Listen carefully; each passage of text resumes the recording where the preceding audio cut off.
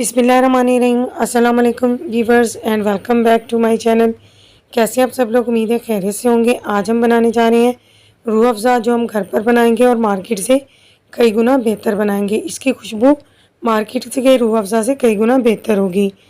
आप इसे स्टोर करके रख सकते हैं। 3 कप मैंने यहाँ पर शुगर के लिए हैं। इस हिसाब से मैं 2 कप पानी के एक पतीले में ऐड करूँगी और इसे चूल्हे पर रखकर फ्लेम को ऑन कर देंगे। अब हम इसके अंदर शुगर ऐड कर देंगे और इसके डिज़ोल्व होने का वेट करेंगे।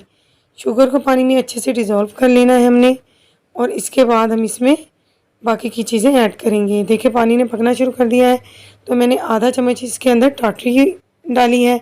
आपके पास टाटरी क्रिस्टल की शक्ल में मौजूद है तो आप एक छोटा टुकड़ा इस्तेमाल कर सकते हैं। ये इसलिए होती है ताकि शुगर जो है वो बाद में क्रिस्टल की शक्ल तैयार ना कर ले।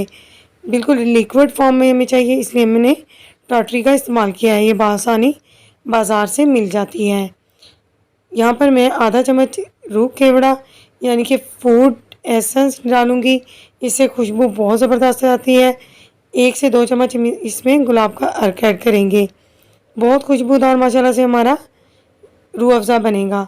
आधा चम्मच यहाँ पर मैंने रेड फूड कलर लिया था और 2 चम्मच पानी में इसे हल करके शीरे के अंदर ऐड कर दिया है। अब हम चम्मच की मदद से इसको हिलाते जाएंगे और मिक्स करते जाएंगे।